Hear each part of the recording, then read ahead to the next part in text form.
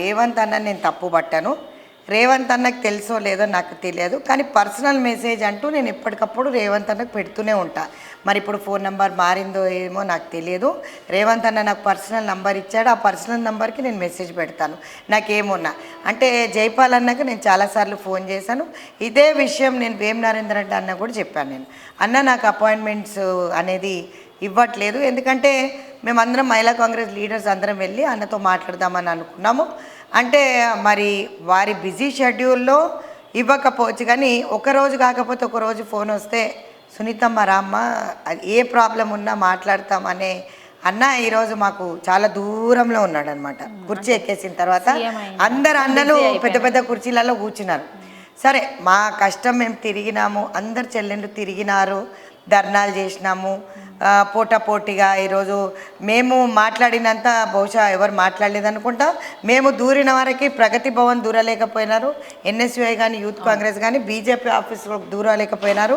అంటే మాకు అంత గట్స్ పెట్టుకొని మేము బీజేపీ ఆఫీస్ దగ్గర ధర్నా చేసిన సంఘటనలు, లోపల ఆఫీస్లో దూరిన సంఘటనలు కూడా అది ఉత్త మహిళా కాంగ్రెస్కే మేము అది క్రెడిబిలిటీ పోయింది. ఎందుకంటే వాళ్ళని ఇక్కడ నుంచో ఎత్తుకెళ్ళిపోతారు. కానీ నేను ఇప్పుడు అదే మాట అంటున్నాను, రేవంత్ అన్నకి మాకు గ్యాప్ బీఆర్ఎస్ లీడర్స్ రావడం వలన, లేక కాంగ్రెస్ కార్యకర్తలకు ఇవ్వద్దని డిసైడ్ చేసుకున్నారా, లేక మరి ఏంది అనేది నాకు తెలియదు. మరి దీపాదాస్ మున్షి గారు కూడా అదే విధంగా రియాక్ట్ అయినారు. సో నేను మొన్న కూడా డైరెక్ట్గా అడగడం జరిగింది, ఎందుకు మేడం నా మీద అరుస్తున్నారని కూడా నేను అడిగాను. సో నేను కంటెస్ట్ చేయడము ఆమెకు కోపం వచ్చింది అంటే, కంటెస్ట్ చేసే కన్నా ముందు మరి మా అన్న అక్కడ నా పేరు రాసిండు అనేది దీపాదాస్ మున్షి గారికి తెలియదా? దీపాదాస్ మున్షి గారు నాతో కూడా వచ్చారు, పాపం వద్దంటుంది, తను రాసిస్తుంది.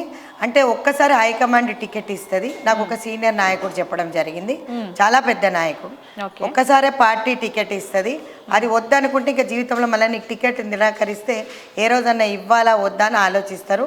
గుండె ధైర్యం నీకు లేదా, కొట్లాడే హద్దు లేదా అంటే, ఎందుకు కొట్లాడనన్నా ఖచ్చితంగా కొట్లాడతా అంటే మరి ముందుకెళ్ళిపో, ఇవన్నీ ఆలోచించకు అని అన్నప్పుడు నేను ఆ స్టాండ్ తీసుకొని ఢిల్లీ నుంచి రిటర్న్ వచ్చాను. ఢిల్లీలోనే అడిగితే ఢిల్లీలోనే నాకు ఏం చెప్పారంటే, ఒక్కసారి హైకమాండ్ నీకు ఛాన్స్ ఇస్తుంది, పదే ఈసారి నువ్వు నిరాకరిస్తే మళ్ళీ ఇంకోసారి టికెట్ ఇవ్వడానికి ఆలోచిస్తుంది. ఇప్పుడు నువ్వు రాసిస్తాను అంటున్నావు, నీకు సంవత్సరం వరకు కూడా ఇస్తారన్న గ్యారంటీ ఎవరైనా ఇచ్చారా? పోనీ నీకు లేదు ఎమ్మెల్సీ ఇస్తానని ఎవరైనా ఇచ్చారా? మరి ఆ రోజు పార్టీ రూలింగ్లోకి వస్తుందని కూడా ఎవరు అనుకోలేదు, వాస్తవంగా మేము గెలుస్తామని కూడా ఎవరు అనుకోలేదు. ఆ గుండె ధైర్యంతో నేను వెళ్ళి గోషామ్మలో మొగోడు కొట్లాడని చోట ఆడదాన్ని వేసినా కూడా నేను కొట్లాడిన. ఒక ఆడబిడ్డని మర్చిపోయినా, మా తల్లి ఎప్పుడు కూడా నాకు కుమారుడే పుట్టిండు కానీ కుమార్తె అని అనుకోలేదు. కాబట్టి ఆ ధైర్యం నూరు పోసింది. I'm very grateful to my parents, but I lost my parents, my brother. ఆ ప్లేస్లో రేవంత్ అన్న వచ్చినాడు. కానీ రేవంత్ అన్న మాకు పెద్ద పీట వేస్తాడని అనుకున్నాం, కానీ బీఆర్ఎస్ వాళ్ళందరూ చేరిపోయిన తర్వాత వాళ్ళందరికీ పెద్ద పీట వేసి మమ్మల్ని పక్కకు పెడతారని ఏ రోజు కలలో కూడా ఆలోచన